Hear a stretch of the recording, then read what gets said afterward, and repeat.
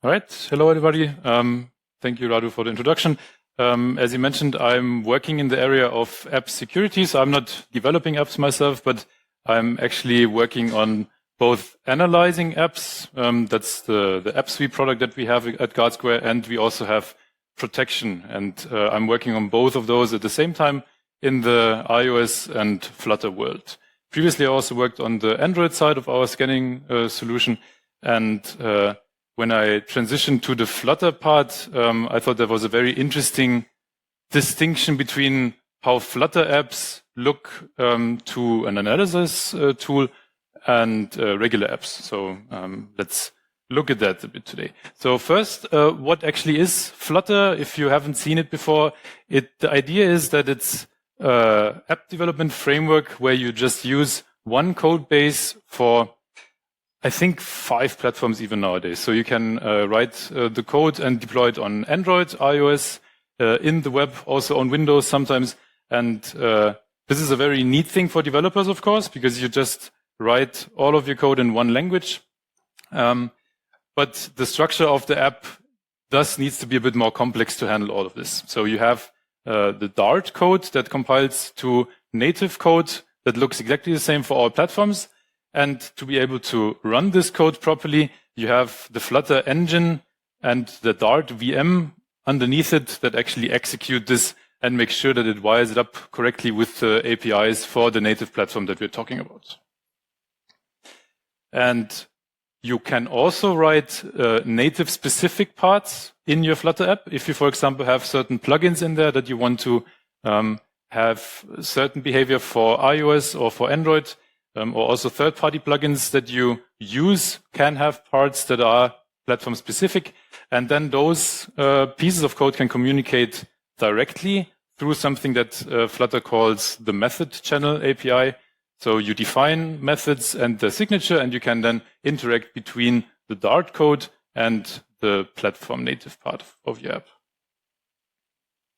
Now, the thing with Flutter apps and maybe also mobile apps in general is that some parts of it, when you think about it on a security point of view, are a bit unclear maybe sometimes, or people have some misconceptions. So for example, that is something that you typically hear on the iOS world, for example, that if you have an Android app that has Java code in it, you can decompile Java code very easily. So attackers have a field day with your app whenever they want to find vulnerabilities in it, or if they want to find your sensitive data. And native code, if it compiles to machine code, is completely opaque, so it's much better. And that, of course, is not really true, but we'll get to that later a bit. And now Dart is even a bit more extreme in that regard, because it's not just that it compiles to native code for your platform, but it also compiles to a slightly non-standard API. And if you then throw that into a standard disassembler or decompiler, you may see code that doesn't look as clean as it would look for regular native code. And that's also, for example, the reason why you can then upload your Flutter app to existing analysis tools, and you will not get any real findings in there apart from the native part of your app. And so if you think, that's an app analysis tool, must be detecting my findings. And if there's no findings in the app should not have any vulnerabilities in that regard. Another issue is that Flutter by default provides this flag called --obfuscate when you build your app. That sounds pretty cool on the surface, I guess, if you are treating with your cool new algorithm that you're shipping, or with nowadays what's very cool is that you ship local AI models in your app. And so obfuscate sounds like the thing you want to do, because that makes reverse engineers' lives a bit harder. But the issue with that is that it really only swizzles the names in your app, and the actual control flow and the actual algorithms you write are not obfuscated in any way. And so you need to think about it if it's really something for your threat model, or if it's just some neat gimmick that doesn't really provide any extra security protection for your use case. And the last part is that Flutter and Dart as a cross-platform framework, they need to use a lot of abstractions to make the code work nicely on all platforms. And you might think, they then surely don't make the same mistakes or provide the same hard-to-use APIs that maybe, for example, the Android SDK or the iOS SDK provide. So that it's hard to misuse. And as a consequence, it should be much easier to write safe apps in Dart and using the Flutter framework. But unfortunately, and that's what we're going to look at today, is that you can still have the exact same insecure code that you saw in other mobile apps also in your Dart code. To walk through the first few findings, I prepared a very little snippet of Dart code. It, I think, looks from a language point of view very much like a mix of native code and maybe some JavaScripty APIs in there. So it's, I think, really nice to read sometimes. And so here what we have is we have a very secret method that you want to keep away from reverse engineers' eyes under all circumstances. In there, you're using some logging functionality. That is also something that attackers may want to take a look to see what your app is doing in which places. And we are handling secrets, an API key, a Google API key in this case. So we have a nice package that we can now step through and see how would you approach a Flutter app if you have it in front of your eyes. The logging part is the easiest in my opinion. You don't even need to look at the code or disassemble it in any way. You just hook it up to your ADB, for example, on Android or on iOS. You can also look at logs from your device, and then logging messages pop up. That's no different than any other app. Also, I wouldn't really say it's a very security-sensitive thing per se, but that's also something that we see in the wild very often, is that people log a lot, and they also log maybe API keys, for example, if they're about to use them, which is not ideal, and you shouldn't be doing that. Now, if you look for hard-coded secrets, the first thing that usually is done with any app or compiled code, you just run the strings command on it, and usually somewhere your secret pops up. That's the same thing for Dart code, so it doesn't do anything weird with your strings in that regard, so it handles string objects slightly differently than regular apps, but the strings command can still find it. So for that case, that's a easy first view at your app and nothing spectacularly new. And for the very secret method that you remember that we didn't want to share with reverse engineers because it, for example, contains password handling or your new AI algorithm that you don't want to share, that's usually done by looking at symbols in your app. And so what we do is we use NM, the classic tool for looking at symbols. But then that's the very first weird thing that happens. NM tells you there's literally no symbols in that binary. That is interesting, I think, but we have to dig a bit deeper, because if you look at the strings output of that Dart binary again, suddenly we see strings as well that look very much like method names, class names, and also the very secret name that we tried to hide. So if we don't have symbols, but we have names of functions in there, that means there is some metadata about your code that, for example, the Dart VM needs to use, but this is done in a bit of a non-standard way in Dart. And that's where we look at how the Dart VM actually executes your code. This is a bit of a simplified diagram, but you have your libapp.so, or on iOS apps, it's called app.framework, that contains your entirety of your Dart code that you wrote for your app. And next to that Dart code, it also has something that's called the Dart snapshot. And the snapshot is something that the Flutter engine, libflutter.so in this case, loads from within your binary. So that's the only real symbol that is exposed in libapp.so. And that Dart snapshot is a serialized form of what Dart calls the object pool. And this object pool contains all the Dart objects that you are going to use at runtime.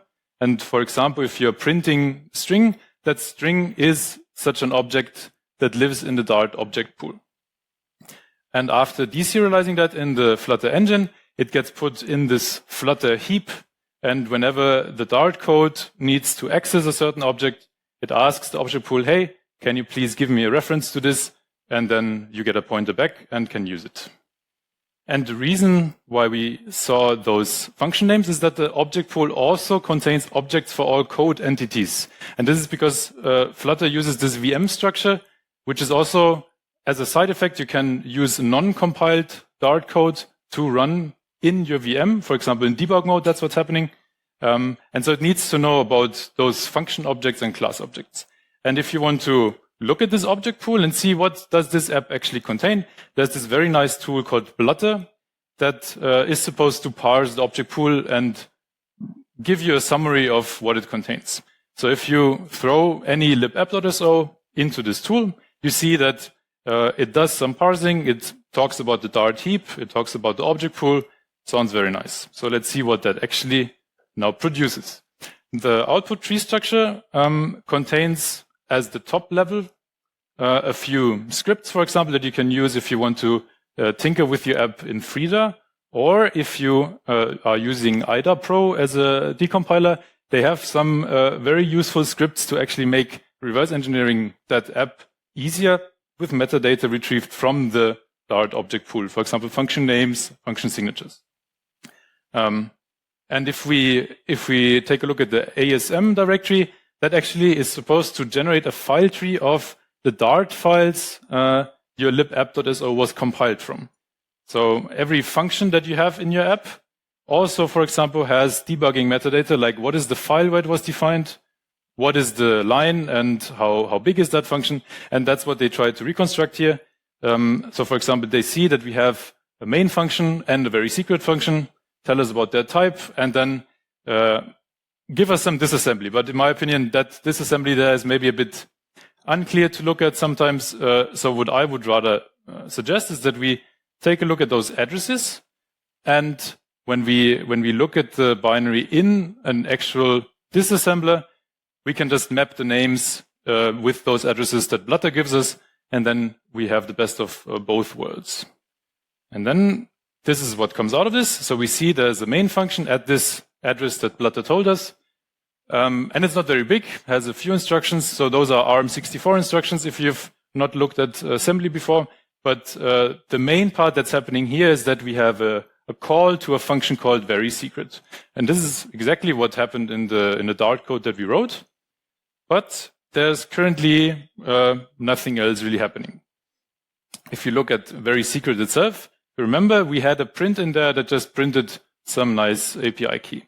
But there's no reference to any API key or a known string in there, because otherwise this disassembler would have noted that it found some string reference. And it just finds a call to print. And this is also one quirk of Flutter. It does very aggressive code optimization. So in this case, actually, the argument to print is even pushed inside the function, because the compiler saw that print was called with a hard-coded string. So it can do some constant propagation and move it down to the internal call print to console. And here is where the actual argument that we want to print was loaded. But still, it's loaded in a very weird way. We have some register x27 that we want to use and read some data from it. And there's no string anywhere to see. And this is now actually what the object pool is supposed to do. So at runtime, x27 on ARM, for example, will have a pointer to the object pool itself. And then this code here requests to load something from offset 1 CB8 from the object pool, and then print that to console. And if we look at the data that Flutter gave us in this file pp.txt, which I don't know why pp, but it actually contains the object pool. And we just grab for this offset. Maybe it tells us something.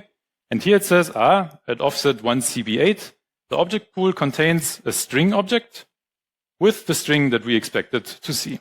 And that's now how you see that if you have a traditional analysis tool, even one that can analyze native code, this would have not been spotted, because this is a not very traditional way of loading strings. Usually you would have them hard-coded somewhere in your binary, and not in something that you first need to deserialize and then know that x27 has a specific value at runtime. And that's just how findings get lost. But if you do a little bit of analysis with Flutter, for example, you still find all these calls in your binary.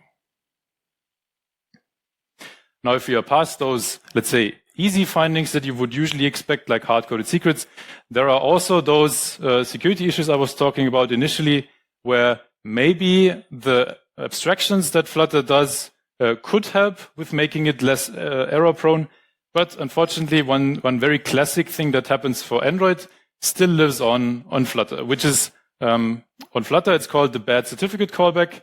In Android, it's a mix of trust manager implementations and other APIs. But the gist of it is you have a TLS connection that you, for example, want to load data from. And now, for whatever reason, you can't use the default setup because your server doesn't provide a certificate that the system accepts.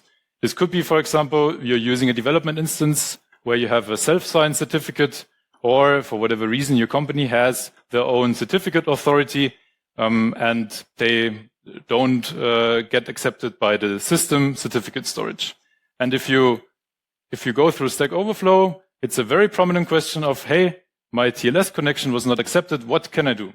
And the typical response is, there's this bad certificate callback. It's just a lambda that gives you the certificate, the host, and the port you wanted to connect. And you can then decide what you want to do. And the easiest thing, since it's a Boolean lambda, it's just return true. And then everybody is happy. The connection request works again. But they don't really see that this is not what you should be doing, that maybe the system does do something with that certificate first. And so it's this classic thing where you can have a man-in-the-middle attack. If you accept any sort of certificate, this setup, for example, just has, I think, a self-signed certificate that was generated, and the app doesn't complain. The attacker can just replace any data in the request, and then the user thinks they are connecting to the correct service, but they are not. And so this is something that could have maybe been prevented by the Flutter developers, that they say, no, we don't allow you to use any non-standard certificates. But unfortunately, this is not what happened, because probably somebody said, this is a use case I definitely need to support. So they added that API. Now, if you see issues like this, and for example, some analysis tool tells you, hey, you shouldn't be using an all-accepting TLS validator, then you should ask yourself first, why do you actually need this non-standard behavior? Why can't I just use a standard TLS certificate? There's free certificates nowadays, so pricing should not be the issue anymore. And maybe if you have self-signed certificates or your company needs to use a custom CA, you should again ask yourself, and maybe your company IT person, if that is something that they really need, or if there's something that they can use. For example, for internal domains, sometimes you may think that you need your own CA because nobody sees that internal domain. But nowadays, this works very nicely if you have access to the top-level domain.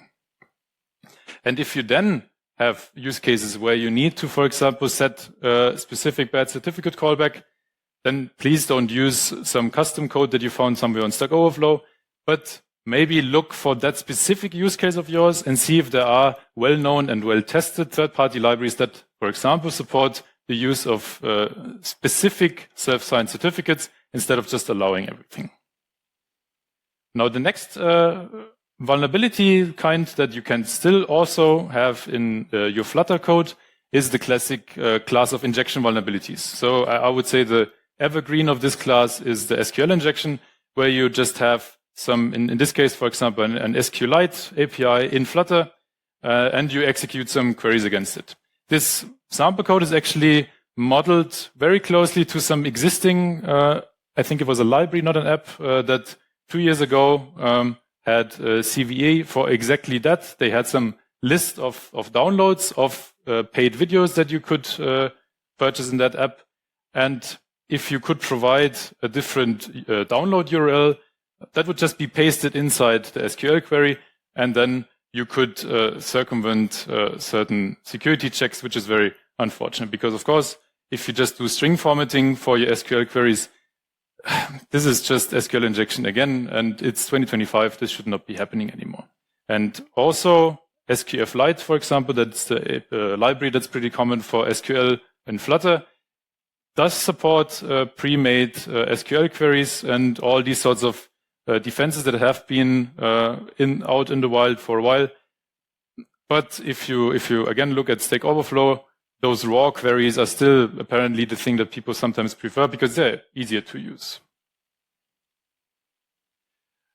So in general, not just for SQL injection, but also, I mean, the cool new thing is prompt injection, I suppose, but there's also any other things where you get data from somewhere externally that you maybe shouldn't trust, and then you do something with that data that has pretty high impact, like, for example, dynamic code loading, something that you can also do in Flutter in certain platforms.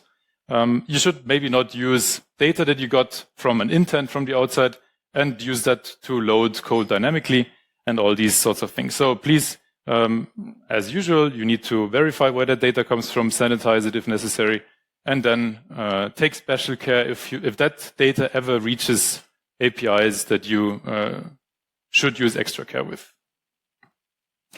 Now, those are, of course, only some examples for what mobile-specific security vulnerabilities you could have. And one thing that I'm very happy exists nowadays is the OWASP project called Mobile Application Security Verification Standard and the testing guide that accompanies it. And one thing it does is that it shows you how do you actually analyze your app and see that certain vulnerability classes exist in there.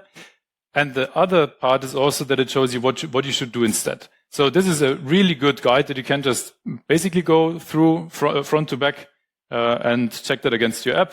You can also do a pen test, for example, that specializes on OWASP-specific issues, however you want to do that. Now, you can, of course, also do automated security testing. That's more the approach that we are, for example, taking. Because if you do a pen test only once before every release, that could be something that just starts costing you more money than checking incremental changes whenever somebody pushes a pull request to the repo. And then you immediately see, okay, this introduced a new vulnerability. Maybe you should fix it immediately. If we go outside of the classic, is my app secure part of the topics, we can also look at some extra attack vectors, which is runtime tampering. This is a bit of a different scenario, which is not anymore that you want to, for example, protect the user data that you're handling, but you actually want to protect against the user, because maybe your user in your scenario should not get access to certain parts of your app. Maybe some IP of yours is in there, and then that's where runtime tampering comes into play. And at runtime, you can patch functions, you can do inline hooking, for example, with Frida, and that's also true for Flutter and Dart code. So that nothing really changed in that regard. Maybe less one-click solutions because you need to do this custom Dart hooking. But then again, if you, for example, hook the Flutter VM itself, then you get access to a vast amount of information about the app that's running, because naturally the VM needs to have this more comprehensive look at your app. Then if you don't do runtime patching, but you patch the app once and distribute it to users, that would be repackaging. That's a very popular thing on Android, of course, if you don't want to pay for certain services, or also on iOS when you want to cheat on games. So repackaging just uses all the techniques from runtime tampering, packages that, and distributes it to the users. So what you would do is you would unpack the app bundle, modify the resources, the binary, or the Flutter VM, for example, patch out any checks, remove paid features, add your own features if you want to skip ads in a certain video platform, for example. You can also add some permissions, change the package name, rezip it, and then you can distribute everything. You can protect against this by something that's called runtime app self-protection. You can inject certain checks inside your own code that makes sure that, for example, a specific sensitive function that you have is not tampered with, and it has the same code that you wanted it to have. But those checks have the same issue as your app itself, because the attacker could just patch it out if they find them. So if you say your threat model needs this, then you should also make sure that those checks that you insert are obfuscated and not that easy to patch out and locate, because otherwise they're not really helpful. Those checks can also alternatively, for example, send data to some server where you want to then collect some statistics of, does my app user population resort to these sorts of attacks? Do they distribute repackaged versions or not? And then you can decide what you want to do with this. Now, if we come to the conclusion of everything, what is it that you should take away is that you need to know what your app actually contains when you ship it. Be it a Flutter app, be it a native app, it contains your code. That is, of course, pretty obvious. But remember that everybody can see that code, and if it's insecurely written, people will find that eventually and will maybe find an exploit for insecure data handling. And if that is your attacker model, you should make sure to protect against it. And also take a more holistic approach to security. So really think about what is it that I want to protect against? What is it that I do not need to protect against? And make sure that you use the right tools and maybe also not overshoot. If you have an open source app, you don't need to necessarily obfuscate it, I guess. And then if you integrate all of that in your CI setup, it happens very naturally that you detect new issues and you protect against it. And you don't have this thing where you now need to start scrambling after the fact. And of course, Flutter apps are just as secure or insecure as any other mobile app. It's really not special. It just looks a bit different to the analysis eye. So with that, thank you very much. And I think we have some time for questions. Thank you very much, Samuel. We have a few minutes for questions. If you have some. Yeah, 1 second. Okay, so just taking the first example where you printed an API key. So in a typical production Flutter app, I won't name a method really as very secret or something like that. That's what you would think, yes, but we see that very often. That I mean, it's nice to name it that way, and then surely since you compile it, nobody cares about that name anymore. So yeah, it's a production app. The Dart object pool will have a lot of methods, obviously. It will, yes. So if you then, for example, use this obfuscate flag, it still has metadata about that function, but the name indeed actually changes. So if it's just the name that you're interested about, that changes. But usually I think it's not the name that's sensitive about a function, but what it does at runtime.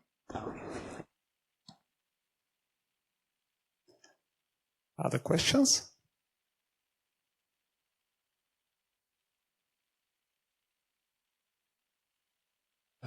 Hello. Yeah, how do you deal with all the abstractions that are introduced by these several layers that you mentioned? Dealing as whom? Like the app developer, for example, if you think about your... Like, do you try to wrangle all that abstraction, or you just go for the strings? So it depends how you do it. There are some tools, for example, that really just run strings on every binary and that's it. But this then stops very quickly. So you wouldn't be able to detect most of those issues that the MASTG, for example, tells you about. So it really makes sense that you have some Flutter specific analysis that knows about those abstractions and also knows, for example, about the interaction between the native part of the code and the Flutter code, so that you can see if, for example, data that the user provides flows to some APIs it shouldn't, and not treat it as a black box, really. And that's done with the app that you mentioned, or do you also engineer something yourself at the GodSquare? Yeah, okay. I mean, we do have Flutter analysis as well, of course. But yeah, Flutter, for example, is one of the other most prominent things that does Flutter-specific analysis. Okay, thanks. Other questions? If not, I would like to thank you one more time, Samuel, for being here with us today.